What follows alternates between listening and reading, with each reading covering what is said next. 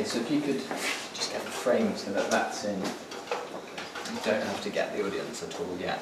You can just do a spiel for a little bit and then you can pan to them.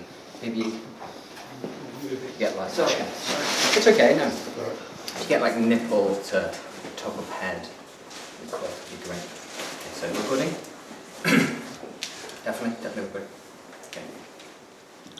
Hello ladies and gents, welcome to Alida Sayer's Lexicon exhibition. It's her second solo exhibition here at the wonderful Marsden Woo Gallery. For those of you watching on YouTube, thank you for visiting my channel, I really appreciate it. We're actually live now in the gallery. Obviously, when you watch, this won't be happening. These people you'll see as I take you through Alida's amazing exhibition are alive right now, but they might be dead by the time you're watching it. It's in the past, so something to seriously think about for you. And if you're on YouTube, you're just browsing, get back to your work, okay, this is not that important. So, Lexicon is an exhibition that really, is very close to my heart. My name's Fabian Coppola, I'm an artist and a curator. So I'm just going to take you through a couple of the pieces. Okay, thank you very much. Okay, so if we reset, we'll start here, I'm sorry. Yeah, no, that's okay, you can stay. As long as you're out of shot, you're fine. Ready? So obviously I'm standing here by the most famous piece in Alida Sayer's exhibition, Lexicon. It's known as the Korean pickle, nicknamed the banana skin. It really gets to the heart of what Alida's doing with this exhibition, which for me as an artist and a poet, someone who works in words, it really is fascinating because her role as a sculptor, as an artist who works in material, it really underpins something that concerns all text artists, language artists, and that's structuralism. I know you're all familiar with the history of structuralism and contemporary continental philosophy, so I'm just going to do a little bit of 20th century coverage, okay, and really get to what's interesting. What I think is really interesting for a writer is they have to work in the material of the thing that they actually work in. So a sculptor gets to work in a material that's objective, is three-dimensional, and then they talk about it in language. Well, I have to work in language and then also talk about it in language. That's quite difficult. So Alida's given herself a bit of room. She's actually working in three-dimensional material, but what she's doing is really interrogating the notion of letters in language as well. So let's start at the beginning. Roman Jakobson, okay, he was a Russian structuralist philosopher. Not so interesting to go through all post-structuralism, Foucault and all these boring things in Derrida. So we'll just talk about maybe the poetry history. He was a poet, a sound poet based in Russia. He was part of a movement called Zaum, and Zaum really started to interrogate the notion that maybe language is not stable. I mean, every day we walk around, we have this little conversation in hairdressers and buses, and you hear it. People don't really think about what actually sits underneath language. What does language mean? It's just an objective material that we use to represent certain ideas in the world. It's not fixed at all. It's arbitrary, and it's strange. People never think about that, but it's the underpinning responsibility, I think, of a poet or an artist who works in language to think about that. Really not think about it at all. That's one thing that Alida's doing with this, actually creating something that's really interesting. She's really interrogating temporality. It's time, really. One that's really teaching us because it's so heavy. It's a heavy weight. It's placed in these incredible materials which are fixed into the wall. Because we really just need to slow down to really understand what's going on in the world. You need to take it easy, step back, relax. This is the first letter in a long word, and that word is the first of many words that form the sentences that fill up our lives. Okay, that was good, I think. That was a good scene.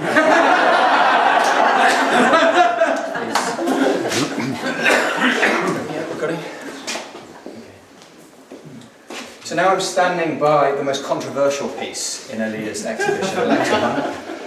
The handle is the world blade. It was designed for people to come up and grab it, which is obviously been a highly controversial element of the exhibition, because if someone does grab it, then Siobhan Feeney here at Marsden Woo will grab them, and that's kind of designed as part of the experience of coming to visit the exhibition. Some people like to be grabbed, and I think the shape itself, obviously, it reminds everyone. First thing it makes you think of is the weapons that people build in prisons. You know, when they dip newspaper in water, they dry it out until it's hard, dip it again, dry it until it's as hard as a wooden stick, and then they hit each other with it. Obviously that's the thing that really comes first to your mind. And if we just do a bit of natural word association, everyone follows me, you can see in this maybe grass, earth, soil, mud, trees, paper, writing, handwriting. So we get to the essence of what this is really about. Handwriting. And I think when you really think about handwriting, you think straight away criminology.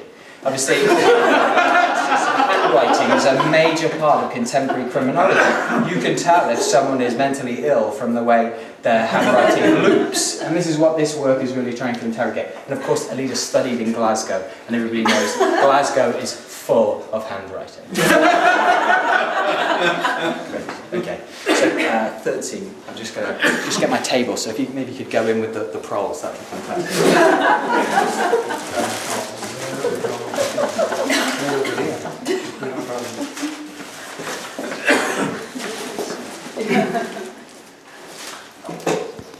Fantastic.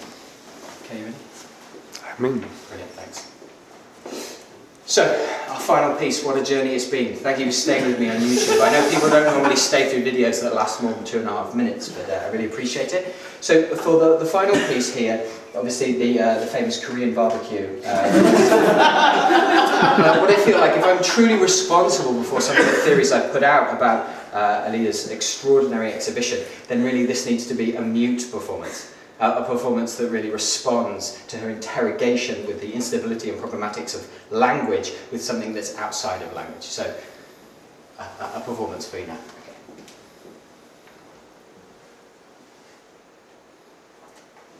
Stay with me.